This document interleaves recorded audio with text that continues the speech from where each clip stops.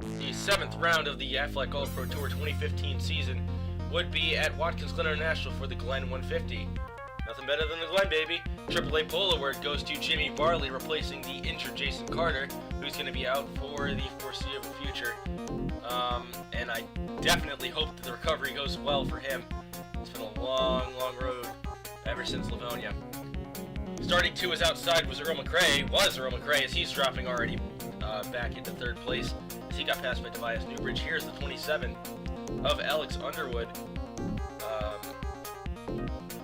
leading the points in this number 27 car for Sauer Development. Gets some contact with Zach McRae there, entering the boot. But currently starting in the middle of the pack, but having a good having a respectable run so far. Here's Earl McRae coming down the front stretch into turn 1. He has DNF'd in every single race except for one event so far. So obviously, with his teammate Clyde Blattinger having a win this season, he's got to be expected to pick up the pace at some point or another. Caution 1, flying lap 2, Steven Cortez flies off the track, goes back into Casey Blattinger, and the 00 with Greg Nee.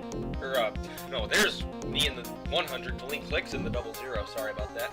And we have chaos all around him. There's the 38 of Aaron Anderson, who I think dropped some oil there. Everyone's going off into the access road as if they're taking the road course, and they're all spinning off into the tire wall. What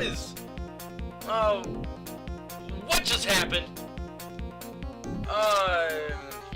That was bizarre. Anyway, looking back, there's the 24 going off into the tire wall, getting into the 00 of Deline Click there. Greg Nee getting a piece. There's Joey Johnson spinning off. Someone else in the back, the white and red car, and there's Lanny Heath, I think that was going off. There's the 38 Anderson. Alex Underwood's on his roof. The points leader is on his roof on the exit of turn 9, and there's everyone, I think, hitting some oil or something. I don't know why they would have shot all the way out like they were taking the road course. No idea what that was about. Well, never mind. What am I saying? Anyway, Lanny Heath getting hit by Tony Short into the wall. Hard shot on the driver's side door for Landy Heath, last year's ALNT champion. And Alex Underwood got contact from Sidney Sylvester. There's the 38 of Aaron Anderson sliding down the track after he got into something. And there's the 52 of Seth McGuire. There's David Hugar getting involved in there. There's Skype-mobile, I think that's Ashton Short. Yes, it is. And Casey Lottinger running off with some front-end damage. And that was Fitzwater who got shoved into the tire wall. The 38 ran out wide to miss that, just tried to correct it, couldn't do it, hit the tire wall, spun back down into the racing surface, tries to correct it, nowhere for the 27 to go. Unfortunately, there's the 50 of Aaron Parker getting a little chunk of that. Ricky Green and Casper Bristow navigating their way around the stationary 27. There's the 02, the 75 of Lanigan and Lattinger respectively off the road. That was one of the most bizarre things I've ever seen.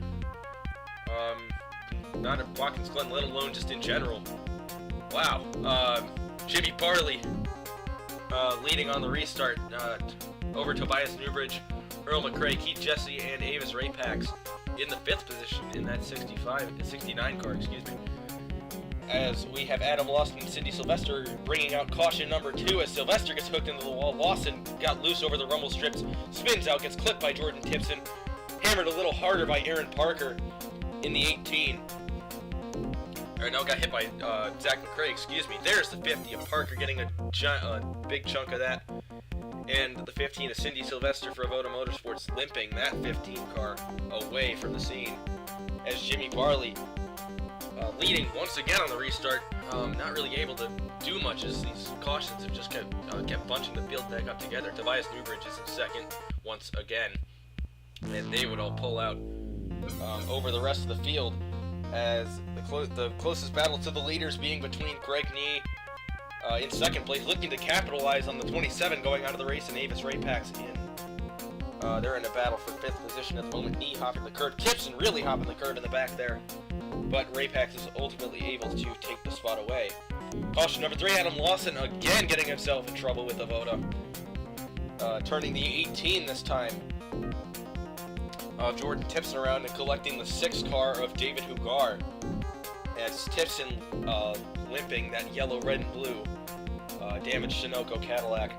away from that scene. Lawson getting some rear end damage to accompany some of the front end damage he received earlier from the last yellow. As Jimmy Varley got a really good start on really good jump on that start. Gets out to about two car lengths, not 2 seconds, over the 96 of Tobias Newbridge and Earl McRae, keeping a safe distance in the third position. Fourth caution as the third Avoda Motorsports car gets dumped by Zachary Fitzwater, Sarah Woods in the 26, and Adam Lawson gets a piece of that. Again, well, you get into incidents with two of the Avoda cars. The third one's going to take you out. There's evidence right there. As Woods driving that one away, and Adam Lawson, I believe, was the only one to retire from this. And there's the 57 we were talking about, how he's just not had any luck, and he needs to just up his performance to try and keep on track with Lattinger. That's not gonna go so well here at the Glen, as 57 blowing up, catching back up the pace truck rather. Tough break for Earl McRae, just nothing has been going right this season for him, as the 46 Jason Carter leads Tobias Newbridge in the second position still. And Newbridge's teammate Avis Rapax is going to bring out the fifth caution on lap 17 as he gets dumped around. Off of somebody's bumper, couldn't see who it was, no harm, no foul though, and we would continue on without an issue. Jason Carter, there we go, Jason Carter. He's out sitting in a hospital bed. That's Jimmy Varley, losing the lead here to Tobias Newbridge, as the 96 is going to go on the inside. It has a preferred line through entering the S's. Right-hander Newbridge is going to clear the 46. Keith Jesse trailing Varley. And contact between Todd Short and Ryan Varley into the wall. And the 48 gets stuck in the tire wall there. Trying to keep off the 100. Sends the 13 back out into trap. Oh! And that's a big wreck for the 13 and the 1.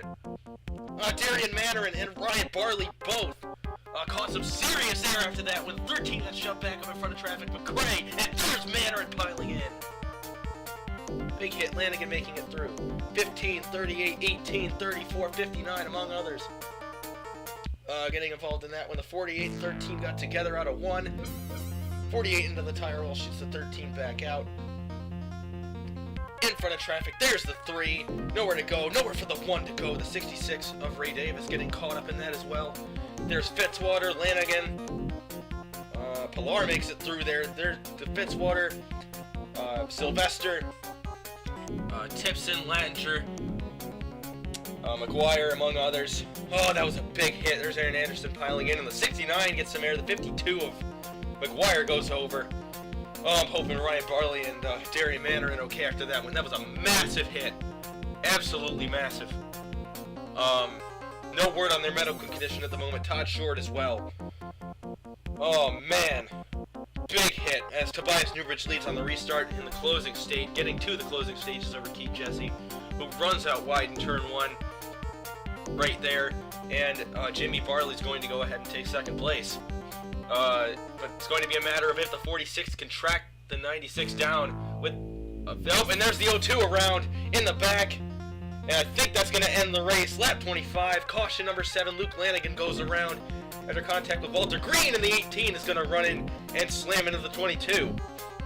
As contact with the 22 and the 02 sent both of them off, then Lanigan runs into Ricky Green there, and then there's a big hit for Jordan Tipson into the side of the 22.